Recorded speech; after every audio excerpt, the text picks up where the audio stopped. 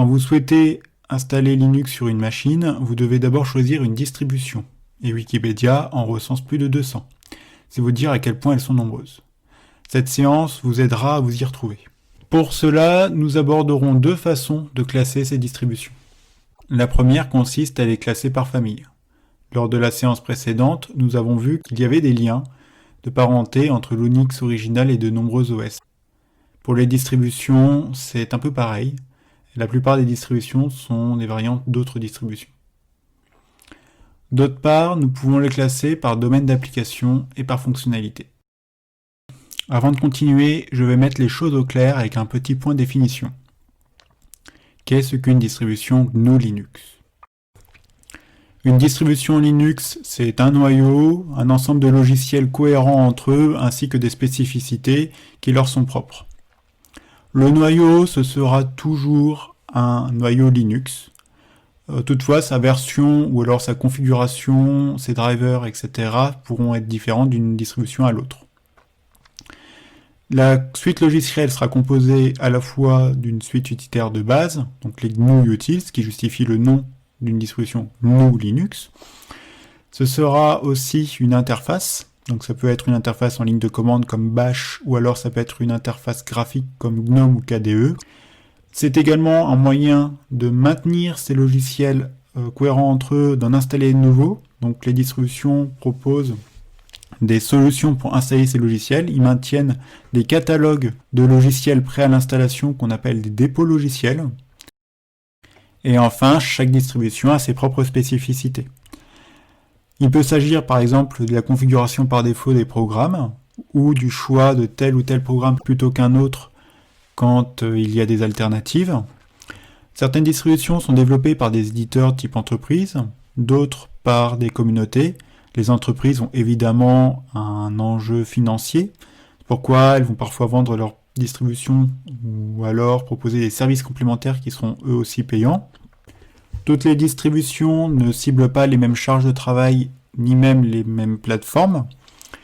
Certaines vont par exemple cibler les serveurs quand d'autres s'adresseront à des postes utilisateurs.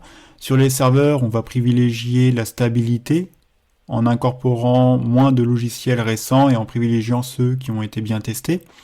À l'inverse, par exemple, sur les stations de travail et les bureaux, on va préférer les dernières versions du kernel de Linux parce qu'ils permettent un meilleur support du matériel, etc. Une première façon de rassembler des distributions est de les classer par famille de dérivés. En entreprise, on rencontre trois grandes familles. La première contient toutes les distributions dérivées de Debian. La deuxième est basée sur RHEL. Et enfin, nous avons OpenSUSE. Ubuntu est un fork de Debian, c'est-à-dire une distribution construite sur la base de Debian tout en prenant une direction légèrement différente. Les forks sont caractéristiques du monde libre. La plupart des distributions sont construites sous licence libre, comme la GPL. Du coup, il est parfaitement légal de reprendre un projet, de le modifier, de le redistribuer sous un nouveau nom. Du moment, bien sûr, que le travail original est crédité. Cela s'applique certes aux distributions, mais également à tout logiciel du monde libre. Toutefois, pour qu'un fork survive, il doit apporter suffisamment de valeur pour rassembler les individus. Sinon, en l'absence de communauté, il finira fatalement par mourir. C'est pourquoi les distributions sont si nombreuses, et en même temps si proches. Les connaissances et les compétences d'un Unisys sont donc portables d'une distribution à l'autre, voire carrément entre différentes familles.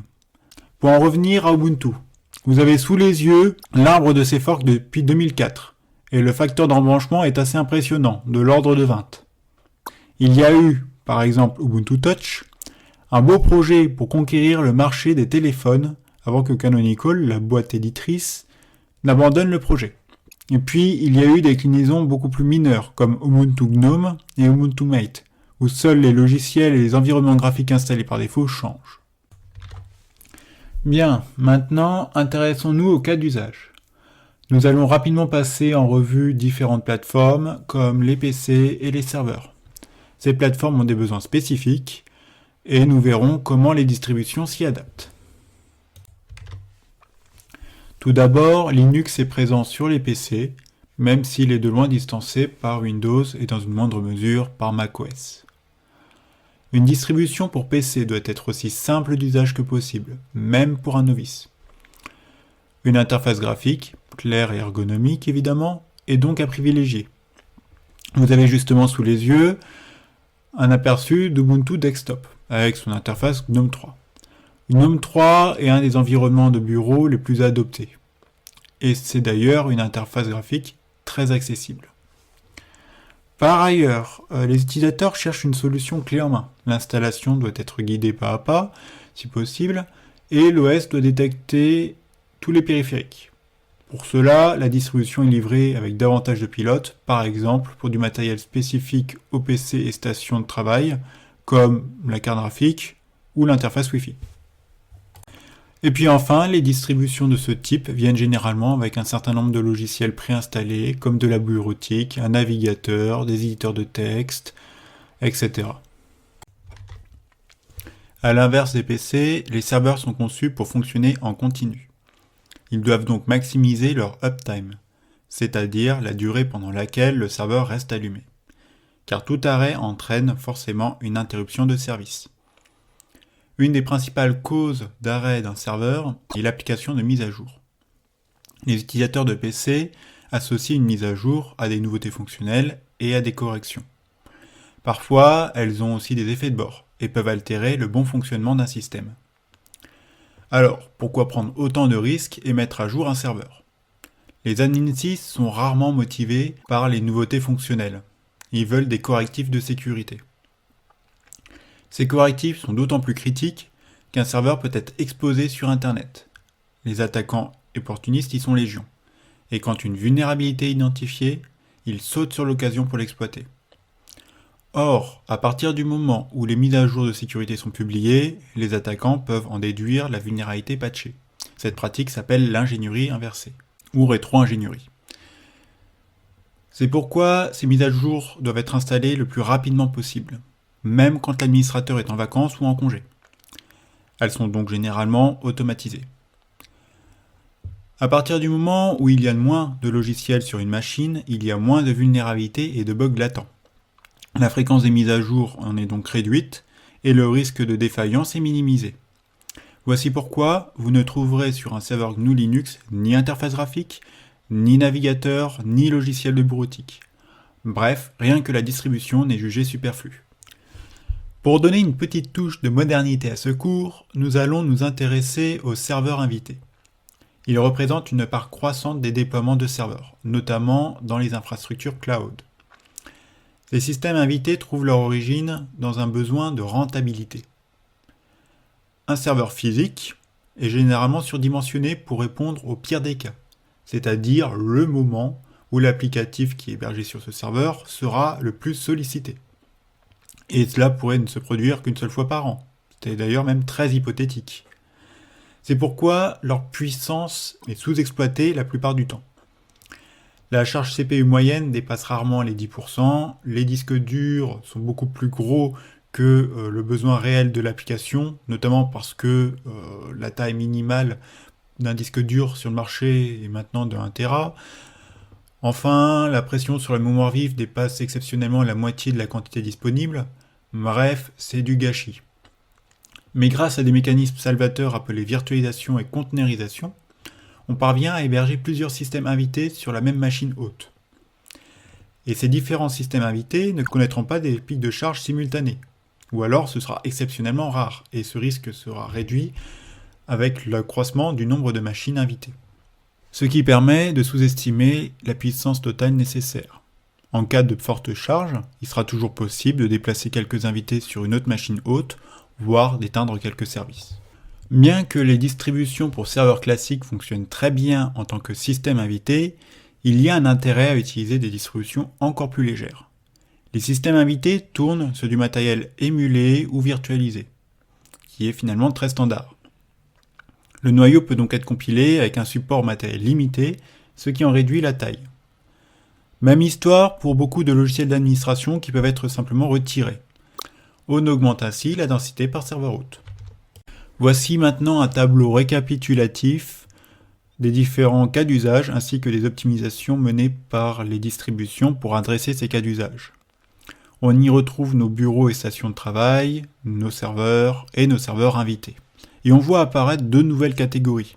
Elles sont en dehors de la portée de ce cours, donc je ne vais pas trop m'attarder dessus. On a d'abord les systèmes dits temps réel, qui vont chercher à minimiser la latence entre l'occurrence d'un événement et son traitement.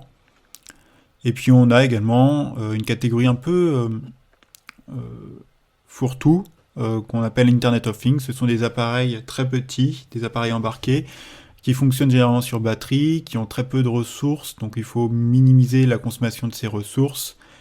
Quelque part, tous ces appareils de type Internet of Things, donc par exemple des caméras IP, des capteurs, etc., sont la hantise des administrateurs système d'aujourd'hui. Puisqu'ils ne sont quasiment pas maintenus, on va les retrouver sur des réseaux d'entreprise, mais ils ne seront jamais mis à jour, etc. Je ne m'attarde pas plus dessus, comme je le disais, c'est en dehors de la portée de ce cours. Juste avant que nous nous quittions, je vais conclure sur une petite analyse de cas. Le sujet, c'est la taille des programmes d'installation de différentes distributions, qui est symptomatique, enfin qui est révélatrice plutôt, de la taille des systèmes d'exploitation une fois installés. Donc on a 3 candidats, Ubuntu Desktop, Ubuntu Server et Alpine Linux. Les 2 premiers, vous les avez déjà vus dans ce cours, notamment sur les captures d'écran. Et puis pour le dernier, Alpine Linux, c'est un système d'exploitation qui cible les systèmes invités. Donc là où on cherche à maximiser la densité d'instances par serveur hôte. Ubuntu Desktop est très gros parce qu'il inclut une interface graphique. Ubuntu Server, c'est finalement assez proche en termes de composants logiciels. On a retiré l'interface graphique, entre autres, ce qui nous fait une différence de plus de 1 giga. Et quand vous prenez Alpine Linux, là, on cherche à maximiser à tout prix la densité, et on se retrouve avec seulement 126 mégas, soit moins que la taille de Firefox, par exemple. Nous nous quittons sur une bonne nouvelle que je vous annonce tout de suite. Nous avons enfin acquis suffisamment de théorie pour passer à la pratique, et nous allons installer Ubuntu dans une machine virtuelle dans le prochain TP. Le format des TP est légèrement différent, puisque les sujets seront disponibles sur mon site internet et que la vidéo contiendra seulement la correction et quelques explications complémentaires. Je vous mets donc le lien dans la description et je vous prie de lire la vidéo après avoir creusé le sujet par vous-même. Bonne chance!